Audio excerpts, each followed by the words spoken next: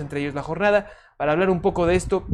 Maestro Lev, gracias por tomarnos la llamada, qué gusto tenerlo por acá. Y pues para ir empezando, lo saluda de este lado Arturo Contreras, y para ir empezando, ¿están entrampadas las negociaciones entre el movimiento magisterial y la presidencia de la República? Hoy por la mañana la presidenta decía que claro que no, pero que no estaba de acuerdo con las protestas que no fueran pacíficas. ¿Cómo se han ido dando y cómo se ha ido tensando un poco esto? Hola Arturo, ¿cómo estás? Te saludo con mucho gusto y también a la audiencia de pie de página que sigue este programa. Bueno, yo creo que las negociaciones han estado entrampadas desde el sexenio anterior y a lo largo de este sexenio de la presidenta Claudia Sheinbaum. Dirán, bueno, si los han atendido tantas ocasiones, ¿por qué están entrampadas? Por una sencilla razón. Cada vez que se asiste a las mesas de diálogo, no hay una propuesta con seriedad presentada por el gobierno de la República que permita resolver las principales demandas de la coordinadora. Si ustedes nos preguntan a la Dirección Nacional de la CENTE, a la Comisión Nacional Única de Negociación, si han cambiado estas demandas de manera fundamental desde el sexenio anterior, nosotros les diríamos que no. Y la muestra misma de que no se han resuelto de manera satisfactoria, de manera mínima, estas demandas es que estas negociaciones, estos diálogos, no han dado los frutos que requiere el magisterio nacional. Pero yo creo que ahora la presidenta comete un error justificando de una manera que no me parece la correcta. Nosotros, por supuesto, que respetamos la dignidad, la integridad de cualquier periodista, máxime cuando estos periodistas contribuyen a la democratización de la información y la comunicación. Pero esto que coloca como una traba la presidenta no es el fondo real. Me parece que hay 7.2 billones de razones por las cuales la presidenta no quiere tocar los intereses del capitalismo bancario, del capitalismo financiero, y me estoy refiriendo a los dineros que administra la banca privada por concepto de nuestros ahorros. Y que a partir de esto, bueno, está haciendo un negocio multimillonario que no le quiere quitar a estos aliados de el gobierno de la Cuarta Transformación y devolvernos a un régimen solidario. Entonces, insistimos, no es el asunto de fondo detrás de la negativa de la presidenta la defensa de un periodista. Me parece que lo que hay detrás es un negocio multimillonario de la banca privada que permanece hasta el momento intocable. Manifestaciones de este miércoles se hayan dado motivos para desviar la atención de precisamente el que debería ser el motivo o sea, la cuestión a debatir, ¿no? O sea, la discusión debería estarse centrando en esto. Justamente ahora los bancos reportaban un incremento en sus ingresos gracias al dinero que usan de los fondos de los retiros, ¿no? Que tienen ahí generando intereses para ellos y que no está en manos precisamente de los trabajadores quienes han sido quienes lo han creado. La pregunta va en dos sentidos. El primero es este, ¿no? Si crees que se pueda cambiar el foco del conflicto, ¿no? De las negociaciones a partir de esto. Y pues más bien de qué deberíamos estar hablando, ¿no? O sea, en dónde se están... vamos, la demanda ha sido clara, cambiar los sistemas de jubilación, pero ¿a quién convendría esto? ¿Cuál es el tope que están entrando ahí? ¿Podrías hablarnos un poquito más del papel de los bancos que nos mencionabas ahorita? Sí, la demanda central de esta jornada de lucha me parece que es el poder revertir el sistema de privatización de las pensiones. Las pensiones fueron individualizadas, las pensiones se entregaron a la banca privada para que fueran rentabilizadas y que esto generara multimillonarias ganancias para los bancos. Esto a todas luces es una versión, una perspectiva de manual del neoliberalismo que han seguido los gobiernos que se colocan del lado de las burguesías, del lado del poder económico y no de los pobres, no de los trabajadores. Yo creo que en esto debe estar el foco. Nosotros no hemos cambiado el foco de la demanda, mantenemos otras demandas que, insisto, no se han modificado de manera sustancial desde hace varios años, incluidos estos últimos dos gobiernos de la Cuarta Transformación. Creo que el meollo del asunto en este momento, que está sacando a la calle a cientos de miles, porque hay que decirlo, cientos de miles de trabajadores, que no son los únicos que aparecen en la capital del país, sino que están desplegados en distintas acciones de apoyo, de solidaridad, de movilización a lo largo de la República. Este es el principal foco de atención. De ahí la propia presidenta, de ahí el mismo gobierno, el Estado, ha desviado el foco de la atención. Por ejemplo, están diciendo que hay una oposición de la CENTE a la elección del Poder Judicial el próximo 1 de junio. Puede haber algunas voces aisladas, algunas personas que de manera particular y como ciudadanos se opongan a eso o estén de acuerdo.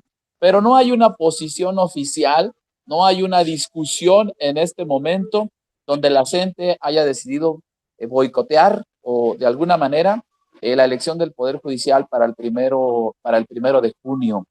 No hay tampoco dentro de las demandas fundamentales de la coordinadora la idea de que se pueda o que se deba ampliar el periodo vacacional. Ese es un elemento que colocó la presidenta, que no estaba en el foco de las demandas y que hoy aparece como un motivo de crítica, de escarnio público, que los maestros queremos más vacaciones.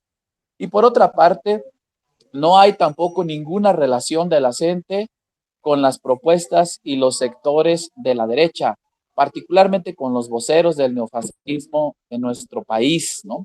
Se intenta decir que hoy la CENTE se junta, lo dijo la presidenta otra vez, ¿no?, con los extremos, y que pareciera que nuestra voz es la misma que de la gente como Salinas Pliego, como Ricardo Salinas Pliego. En ese caso particular de este sector de la derecha, a mí me parece que los datos demuestran otra cosa. Banco Azteca, propiedad de Salinas Pliego, es uno de los bancos que administra la mayor cantidad de cuentas de ahorro para el retiro. En todo caso, si hay una alianza o si alguien le está cuidando los intereses a la burguesía del país, es el gobierno de la República. Nosotros nos estamos oponiendo a sus intereses. Nada tenemos que ver con las posiciones de la derecha, ¿no? Me parece que este tendría que ser el punto central de discusión. Y ahí aparece un elemento que me parece muy importante. El gobierno de la República está diciendo que no hay recursos económicos del Estado para que se pueda solventar las demandas de la gente. Me parece que sí hay. Uno, porque las ganancias multimillonarias, ¿no?, que hace negocio para la banca privada están enriqueciendo a la burguesía de siempre. ¿Y qué significa esto? No es posible que el gobierno de la República diga: yo no quiero administrar a 3 millones de trabajadores sus fondos, no quiero 7.2 billones de pesos para que puedan ser administrados por el Estado, cuyas ganancias pueden permitir seguir, puede hacer vivo o continuo el fondo de las pensiones públicas y el fondo de las pensiones solidarias. Recursos económicos hay. El otro elemento es que no se graban con mayores aportaciones a las burguesías, al capitalismo de nuestro país. ¿Qué significa eso? Está bien que les puedan seguir cobrando, está bien que ahora paguen, pero tampoco pagan lo suficiente, ni tampoco pagan lo que es justo, ¿no? Ahora, por ejemplo, cuando se habla del aumento salarial, lo que no le dicen a la gente es que los trabajadores tenemos que pagar el 30% de nuestros salarios, se nos descuenta para impuestos. Eso lo hacemos todos los trabajadores.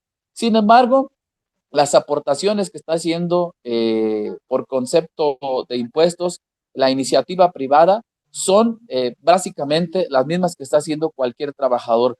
Los que más ganan deberían aportar más y de esa manera empezar a hacer una distribución equitativa de la riqueza o de las ganancias, o bien una prosperidad compartida como ha sido la propia conceptualización de la presidenta. Maestro Lev, estas ideas falsas, ¿no? De que la Coordinadora Nacional de Trabajadores de la Educación está llamando a no votar en la reforma judicial y estos ataques precisamente, ¿ustedes se los atribuyen a estos grandes capitales, ¿no? A los que incluso podrían estar haciendo que no se cumplan sus demandas? Me parece que sí hay una corriente de opinión que ustedes pueden verificar en los medios comerciales, en los medios tradicionales de comunicación, generando ideas falsas, ¿no?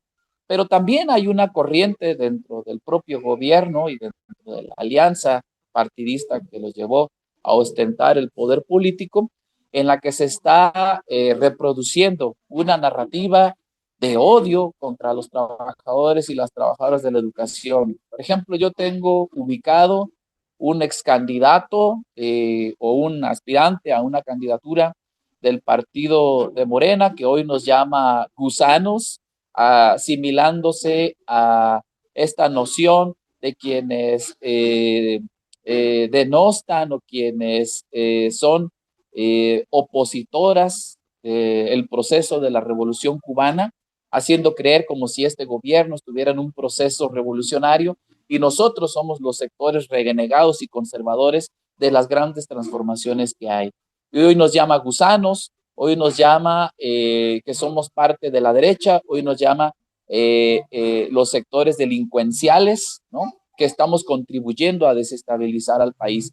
Esas narrativas vienen de la gente del propio partido de Morena, vienen de la gente del propio gobierno, que al mismo tiempo, ¿no? Que se empieza a generar otra narrativa. Por ejemplo, situemos otra vez a Televisión Azteca hace algunos días, alguno de sus principales comunicadores decía que nosotros queríamos heredar las pensiones de una generación a otra, es decir, que las pensiones pudiéramos heredarlas del trabajador a sus hijos. Cuando nosotros nos referimos a un régimen intergeneracional, queremos decir que esta generación de trabajadores que estamos en activo hoy pueda sostener a la generación que se está jubilando y que esto pueda convertirse en un círculo virtuoso. De ninguna manera nos estamos refiriendo a que podamos heredar las pensiones. Estas narrativas de los grandes empresarios, pero estas otras también impulsadas por el partido en el poder y su gobierno, contribuyen a una idea distorsionada de lo que está demandando la Coordinadora Nacional de los Trabajadores de la Educación a través de sus diferentes movilizaciones y que sustancialmente en este momento tiene que ver con hacer pública otra vez un régimen de jubilaciones, tiene que ver con que administren a través de una institución pública los ahorros de los trabajadores, tiene que ver con impulsar un modelo que garantice una buena pensión o una pensión por lo menos digna para los trabajadores del Estado, no solamente para las profesoras y los profesores, sino para los 3 millones de personas que trabajamos al servicio del Estado. Maestro Lev, para contrarrestar un poco todas estas publicaciones de los empresarios, que vaya que sí hacen mala fama, pues, ¿cómo llamar a la solidaridad con la coordinadora? ¿Cómo pedir a la gente pues, que se informe un poco más y que sepa pues, de qué lado van cayendo las peticiones, ¿no? Y de cómo van avanzando estas demandas? Por principio de cuentas, Arturo, una cosa fundamental. Tenemos que buscar los medios de comunicación alternativos. Tenemos que buscar pie de página, tenemos que buscar otros medios alternativos que puedan contribuir en efecto a dar la información veraz, la información oportuna. Si se van a informar en los medios comerciales, en los medios de la burguesía, en los medios de la mafia del poder, entonces estarán obteniendo una visión tergiversada de esto. Y lo otro es que empiecen a revisar también las propias eh, páginas de internet, digamos, de las redes sociales de la coordinadora, donde se hacen los planteamientos muy puntuales de lo que estamos demandando. Lo otro es que se puedan acercar a los puntos de la movilización para que vean en qué condiciones se están dando las protestas de las maestras y de los maestros, para que vean que efectivamente ahí hay sujetos, hay personas que tienen familias, que tienen que mantener, digamos, a su familia y que por una necesidad muy importante se están desplegando a los distintos puntos de la movilización. No somos fantasmas, no somos un elefante blanco, somos personas que de manera muy genuina estamos demandando una jubilación justa para todas y para todos. Y en última instancia, sería muy importante la solidaridad, ¿no? Hay plantones en el caso de Zacatecas, hay también en el caso de Tijuana, hay plantones en Yucatán, hay plantones, me parece que en el caso de Durango, hay compañeros puestos sobre las vías férreas en el caso de Delicias, Chihuahua, que para poder resistir requieren de la solidaridad de los ciudadanos. Platicar de cerca con ellos, hablar con ellos, escucharlos, saber de las demandas, me parece que podría cambiar también mucho la perspectiva de la lucha que la ciudadanía hoy está teniendo de los trabajadores de la educación. Maestro Lev Mujahid, muchas gracias. Sí dije bien el apellido, ¿verdad? Es que luego uno nunca sabe. ¿Sí? Sí, Perfecto. todo bien, muchas gracias. Muchas gracias. Pues gracias por este espacio, gracias por los minutos y ahí estamos pendientes en la comunicación para otras ocasiones. Muchísimas gracias a ustedes.